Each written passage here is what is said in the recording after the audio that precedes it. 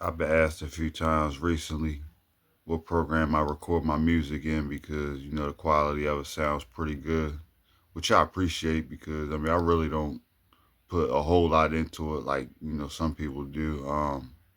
I think it's just one of them things like I always say, it's the ear, not the gear. And I've been saying that for a very long time, and I always stand by that. It don't matter what program you record with, honestly.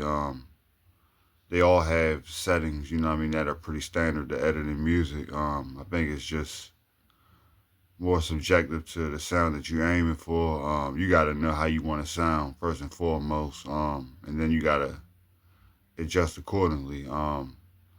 I'll just use myself for an example, because I do the minimum for real. Compression is a big part of it.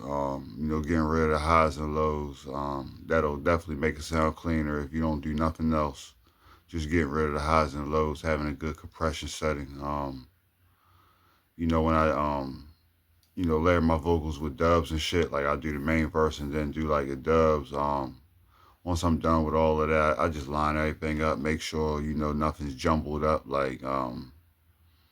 and it just sound cleaner that way. You know what I mean? When you do that as well, and then I don't punch in. That's the main thing. I do not punch in on my verses. I don't care if it's a 3 minute verse and I got to do it 20 times. Like, I will not punch in on any part of my verse. Like, I'll do the verse separate from the hook, but if it's just like a long ass verse, then I'm not punching in because when you punch in, you're not going to get the same energy. You're going to get different energy every time you start your vocals over. So if I rap the first 4 bars one way and then I punch in and on the last 4 bars, and it's not gonna sound the same. So I'm not punching in. That's the main thing. So that's just the shit that I do. You know what I mean, to try to help the quality of my music. But I think outside of having a decent microphone, the DAW software, whatever you want to call it, I just think that, like,